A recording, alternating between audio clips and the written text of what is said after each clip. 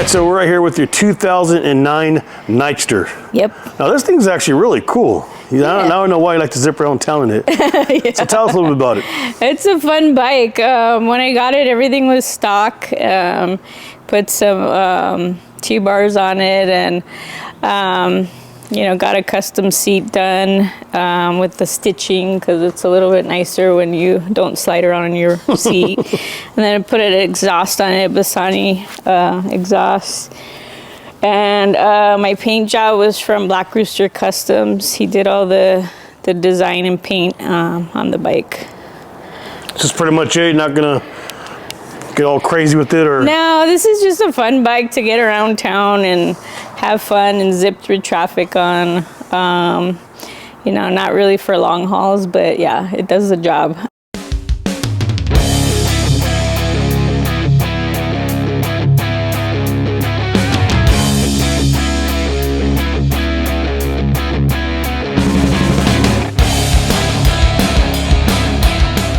Big Bob at Tales of a King. I am in Los Angeles, California with Kat of Beautiful Blessings Rosaries. Thank you for having me, Kat. Thank you for having me, Bob. Now, Kat, we go back a few years. That's quite a few years. Yeah. Kat's been riding. How long have you been riding? I actually started riding when I was about 6 or 7 years old. Oh, really? Yeah, I started in the motocross type stuff with my dad and family members. So yeah, I started back when I was a little kid and then transitioned into street bikes later on in life. So yeah, I have a kind of a vast experience with different types of bikes. Also used to work for Harley for a little bit. So, oh, wow, okay. Yeah, so I got a chance to ride a lot of different bikes and, sell some bikes and stuff like that. So I got a little bit of experience. Now, did you go straight to Harley when you went from like dirt and all that? Or no, street bikes and then Harley after when I got older. It's kind of when I got older, when I was about 28, I had a really bad work accident where I fractured my lower back. And because of that, I was in a wheelchair for a while and couldn't walk. I was kind of, I don't want to say bedridden, but I had a lot of issues because of my spinal cord and the injury that I had in my lower back.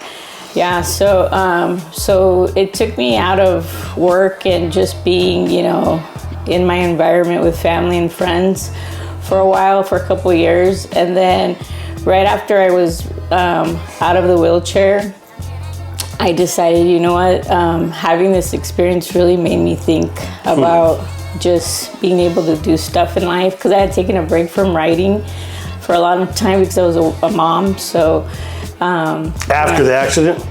Yeah, well, before the accident, I had taken a break for a while. Oh, okay. Yeah, from riding because my kids were small. Right. I got my son into motocross and I was busy with him traveling because he was racing at different areas. So we were busy with that, and there's usually a race every weekend. So anyways, long story short, after I got out of the wheelchair, I said, I'm going to buy a bike. And I'm going to get on the bike, and people were telling me, the doctors were telling me, it's probably not a good idea for you to be riding. It's going to make your injury worse. And you're kind of going to go backwards instead of going forward with your recovery. But I just had this, like, you know what, I just need to go experience life and get out of town. And my kids were older at that time, so I didn't really have responsibilities of watching kids. So Right.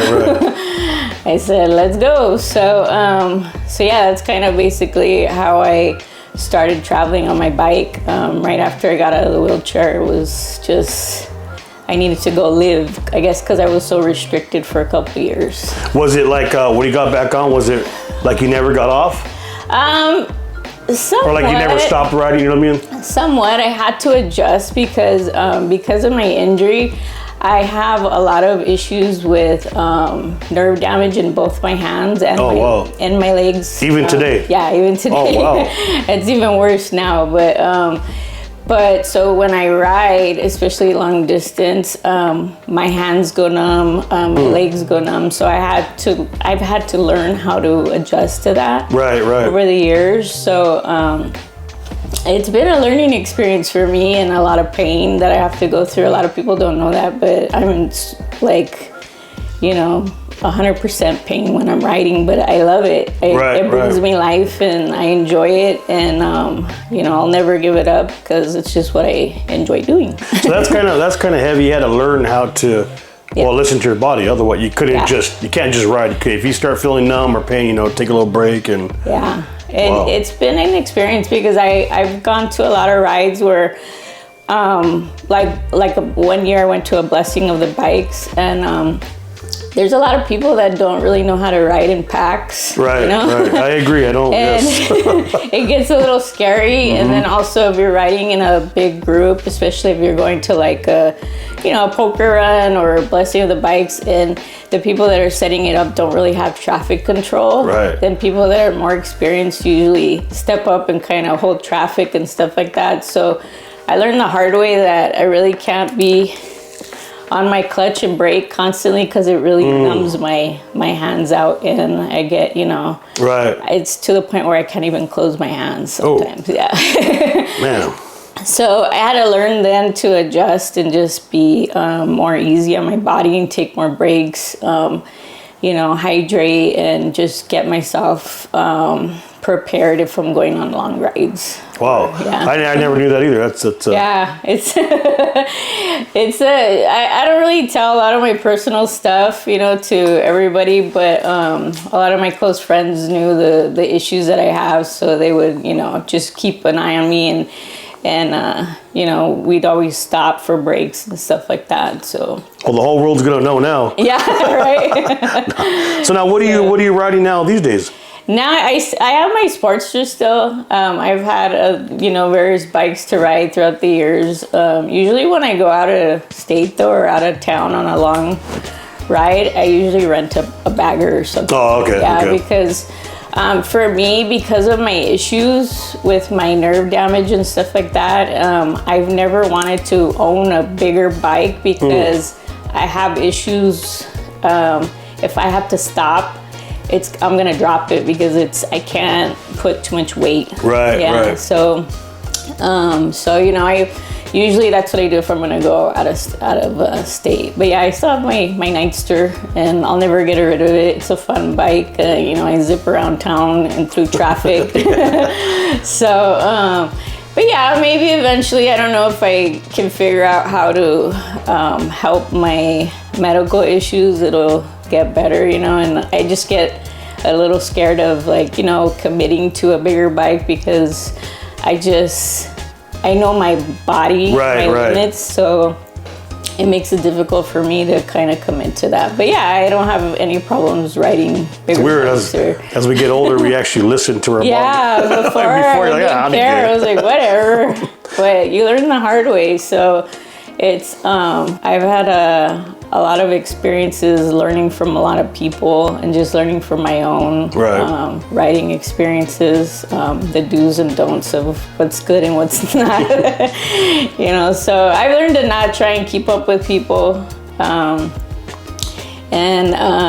just ride my ride. And I'm really confident with my own abilities now on my bike and with my limitations with my illnesses. So I like that. Just ride my ride. In other words, you're doing your thing. Yeah. And that's what I always tell everybody that rides with me. Because before I used to take a lot of women under my wing and, just want to teach them the right way to do things and how to be safe. Because I used to ride with a lot of people that were not safe. And I've been in accidents because of them not being safe. So I try to do that and pass along that knowledge to other people. That was my next question is what would you say to someone, man or woman, probably more towards the women, because that want to ride or want to learn how to ride? I think for sure is number one, you have to practice. And that's what I used to always tell females that I would ride with. You have to practice. Even if you go and ride in your neighborhood and just go around the neighborhood and practice stopping, practice getting into neutral, practice downshifting.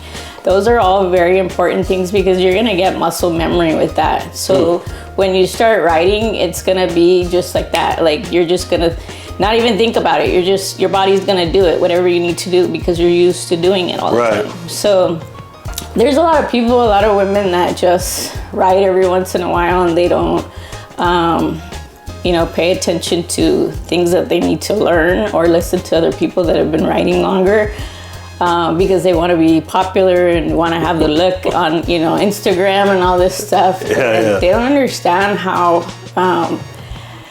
really dangerous it can be for themselves or other people that they're putting in danger that they're writing with. So that's what I've learned big time, is that you need to be careful who you write with. No, it's true. Even I've said it before, I don't like writing packs myself. Yeah. And I'm straight up, like if I'm invited to a ride, I'm either in the front or I'm in the back. I'm not going to be in the middle. I'll tell them straight out, can you put me in the front? Okay. If not, I'll be in the back. I'm not going to write in the middle. And like you said, just because for the experienced writers, you know what you could see, and like, it's too scary right here in the middle. Yeah, and it's, I mean, it's great to see all the people that are writing now, all the different types of people. Right. A lot more women are writing now. Before, when I started writing, there wasn't hardly any women writing. So, and then when you go out of state and you go to different events, you get to see the different people that write out there, you know? So, definitely, I know like Harley, they were trying to get into enticing more women to write, but I think they really need to have some type of class besides a writing class to just kind of give them the writer's etiquette, because there's not a lot of women that think about those things, because motorcycle riding is predominantly a men's activity.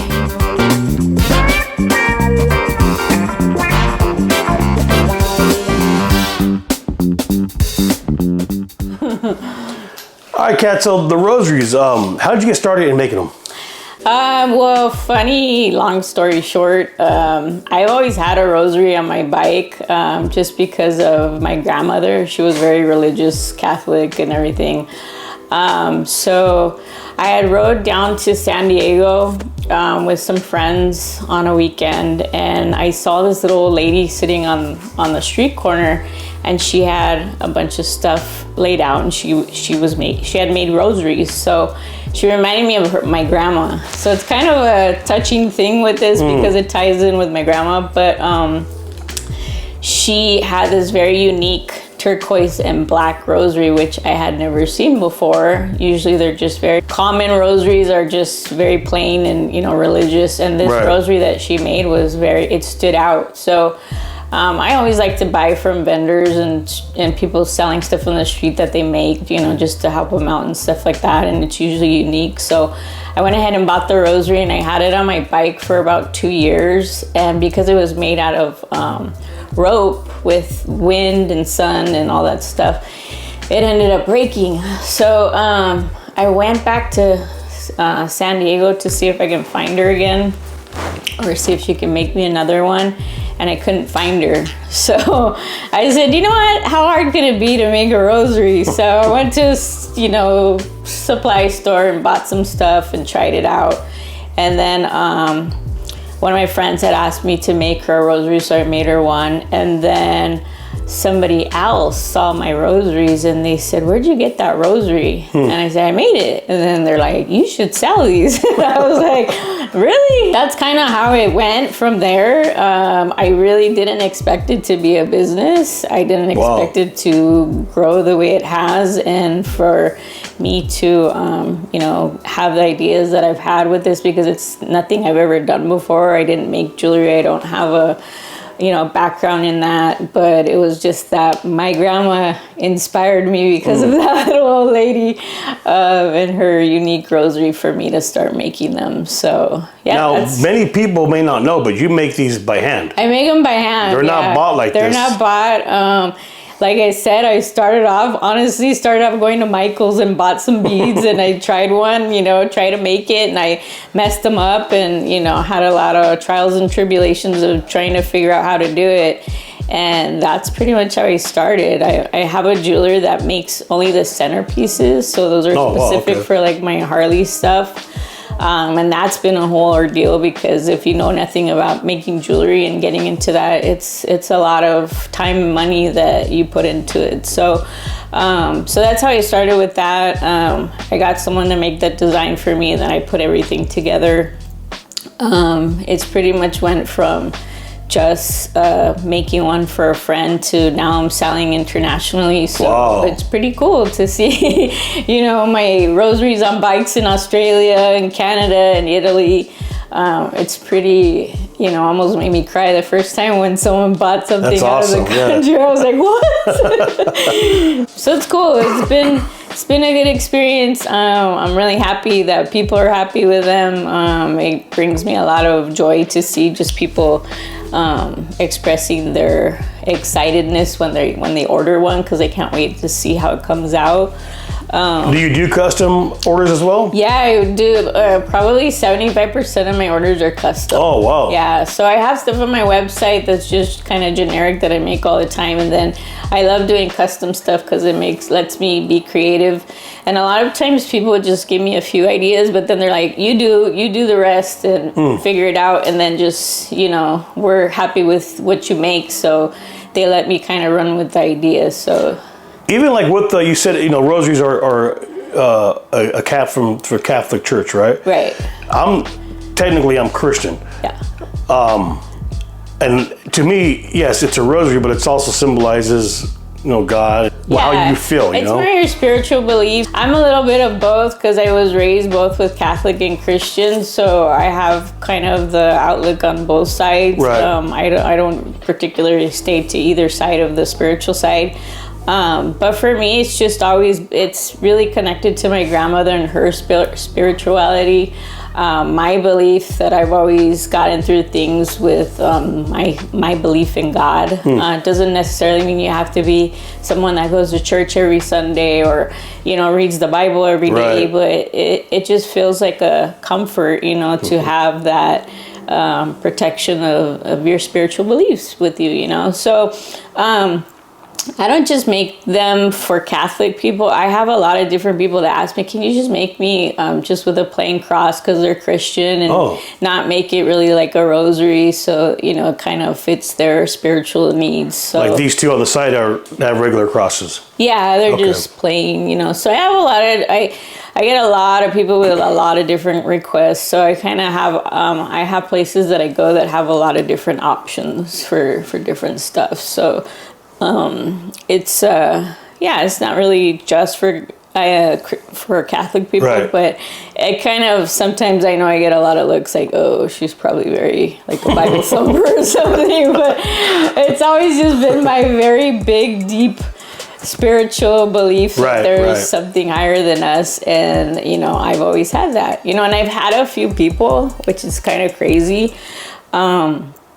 Unfortunately, they've had accidents, and the only thing that's like their bars are bent and everything, but their rosary is still hanging intact. So it's kind of like, it makes me feel good. Not that they got into an accident, something happened, but to see like, oh my God, my rosary withstood, the bars are even bent, but the rosary is still standing there, and people are like, yeah, your rosary just, made me feel like a lot of protection. So wow, that's awesome. Yeah, it's cool. So what's next for the company? Do you plan on maybe branching out, or does it pretty much stay where it's at as far as what you make and all that? Well, I started doing apparel actually in the beginning of the year, so I'm gonna have a lot of stuff coming out, different types of apparel. Some of it is spiritual and trying to mix it in with biker stuff, you know. I have a very different sense of humor. I'm not, I've always believed in having humor and laughs get you through hard times. So I kind of put that into things, because we all need to laugh, and because life is so hard and serious, it's like sometimes you just need a funny shirt that you can be like, oh my God, that's so cool, So I do a lot of things different. Not everybody's gonna agree with it.